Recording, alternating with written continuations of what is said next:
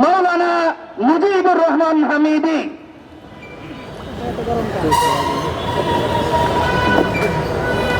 বিসমিল্লাহির রহমানির রহিম। সংগ্রামী তৌহিদ জনতা, মূর্তি থাকবে মন্দিরে। যদি সরকার মন্দিরের মধ্যে আরো 10টি মূর্তি নির্মাণ করে দেয় আমাদের কোনো আপত্তি নেই, কিন্তু 92% মুসলমানদের দেশে রাজপথের মধ্যে মূর্তি প্রদর্শন করতে দেওয়া হবে না, হবে না, হবে না। আপনারা জানেন পূর্বে সরকার, ফ্যাসিস্ট সরকার, মূর্তি প্রেমিক ছিল। আল্লাহর রহমতে এদেশের জনগণ ওই মূর্তির দেশে ফ্যাসিস্ট সরকারকে পাঠিয়ে দিয়েছে। বর্তমানেও যদি কেউ মূর্তি প্রেমিক হতে চায় আর মুসলমানদের দেশে রাস্তার মোড়ে প্রকাশ্যে মূর্তি স্থাপন করা হয়, এদেশের মানুষ ওই বর্তমান সরকারকেও হিন্দুস্তানে পাঠাতে বাধ্য করবে।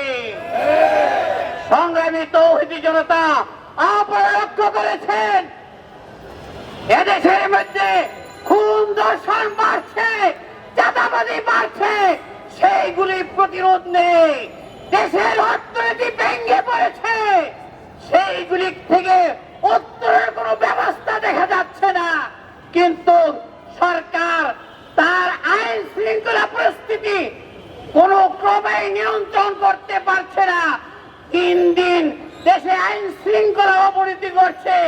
সেই প্রেক্ষাপটে স্কুলের মধ্যে সঙ্গীত শিক্ষা, নাচ গানের শিক্ষা চালু করা হলে এদেশের জনগণ তা প্রতিহত করতে বাধ্য হবে। আমরা পরিষ্কার বলতে চাই, এদেশ 92% মুসলমানের দেশ। এদেশ হযরত শাহজালাল রহমতুল্লাহ আলাইহির দেশ।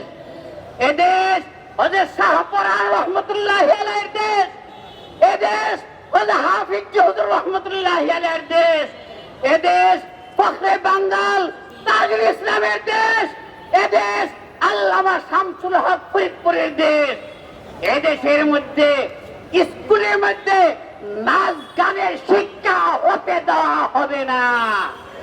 এদেশের মধ্যে প্রকাশ্যে মূর্তি স্থাপনের কোন অবস্থায় বরদাস্ত করা হবে না।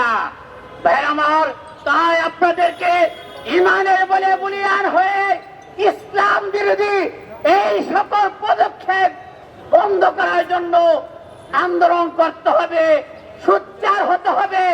আমি আজকের এই বিক্ষোভ সমাবেশ থেকে বর্তমান প্রধানমন্ত্রীর প্রতি আহ্বান জানাচ্ছি, অবিলম্বে পলাশবাড়িতে যে শিব মূর্তি স্থাপন করা হচ্ছে প্রকাশ্যভাবে সেটা অপসারণ এবং স্কুল কলেজের স্কুলের মধ্যে নাচ গানের শিক্ষার যে সিদ্ধান্ত হয়েছে এগুলি বন্ধে জরুরি ভিত্তিতে পদক্ষেপ গ্রহণ করতে হবে। অন্যথায় দেশের জনগণ তাদের ঈমান, ইসলামী তাহজিব তামাদ্দুন রক্ষা করার জন্য যে কোনো কঠোর কর্মসূচি দিতে বাধ্য হবে। এই বলে আমার সংক্ষিপ্ত আলোচনা শেষ করছি। নাসরুম মিনাল্লাহি ওয়া ফাতহুন করিব।